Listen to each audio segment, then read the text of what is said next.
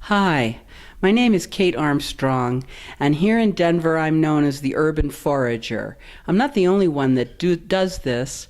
However, I wanted to talk today particularly about why I started.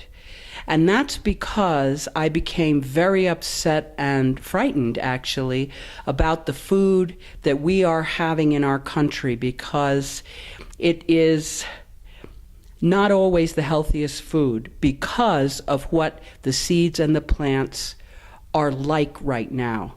Having grown up on a small, diverse farm where we pretty much grew everything we ate, I know what goes into having very nourishing foods, and that is soil that's alive, soil that actually has beneficial microorganisms and the particular nutrients that plants need, including the trace minerals that unfortunately are no longer present in the ag farm vegetables and fruits that we're getting at the least expensive level. Now, why do I go to urban foraging? We live in a city. I want people to know that in a city, they can get clean, healthy food that they don't have to grow and don't have to pay for, and that this food is actually better for them in every way, shape, and form than any of the foods that are produced on the ag farms under questionable circumstances with genetically modified seeds. This is not the good news for us. It not only ran the small farmer out of business starting in the late 50s, I know, I was there, it also is so completely damaging the human ability to be able to heal themselves because they're not getting the nutritions they need. One tiny example is spinach. A bowl of spinach in the 50s really did give you a day's worth of iron. Now, in order to get that same amount of iron, which, by the way, comes from the soil, you have to eat 30 bowls of spinach or more.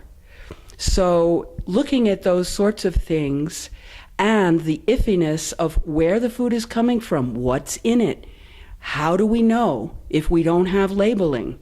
We've always had this idea that we needed to label our food. Starting out a long time ago, it didn't even say flour, sugar, butter, or anything on the food ingredients. Now we have the ingredients on the label. However, what happened to genetically modified foods? Why are they going under the radar? This is not a good idea.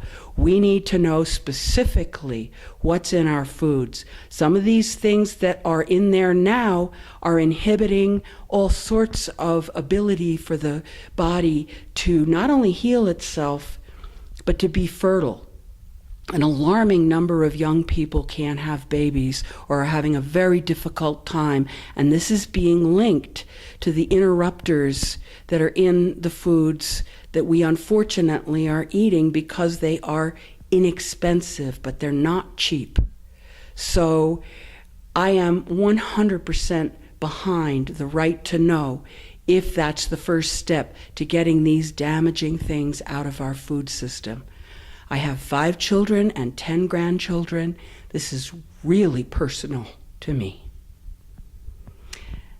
If you want to contact me and have a weed walk and find out what's in your backyard that you can actually eat, or in your neighborhood, or in the alleys, I am available to take you on that walk or educate you personally myself, and I'd be happy to. You can contact me by emailing kate@urbanforager.co, and then you'll have good food again. Thanks.